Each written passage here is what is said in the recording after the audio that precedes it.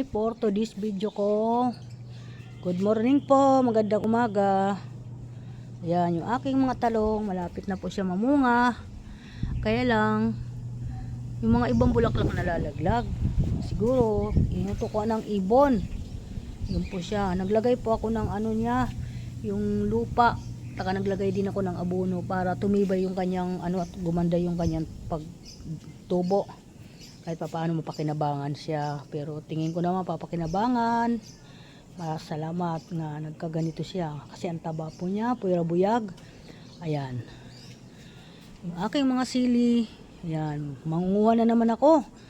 Linggo-linggo ata kinukuhanan ito, sobra kasi maraming mamunga. Ayan, sili ko sobra. Ayan, yung aking mga tanim. Ito, mayroon na naman akong bagong itatanim, sili na naman yan, pinunla ko. Yan, yung luya ko, kukuhanin ko na yan, papalitan ko na ng bagong tanim. Naghahanda lang ako ng aking pagtataniman ng mga paso na siguradong ano siya dyan, maganda yung kanyang kalagayan. Ganun po, kasi kahit halaman lang po sila, bigyan natin sila ng magandang buhay, dahil iyon po parang tao din to, at lalo na ating kinakain yan. Yan, sana makatingin ako dito ng sariwang gulay mga idol. I-update ko po kayo pag namunga ng magaganda mga idol. Yan, ako po yung nagpapalaba. Nandito yung akin. Yan po. Okay. Naglalaba na naman yung aking naglalaba dito. Yan, mahirap ngayon kumuha ng mga kaibigan na ating mapapagkakatiwalaan sa ating buhay. Yan, ito ako natutulog.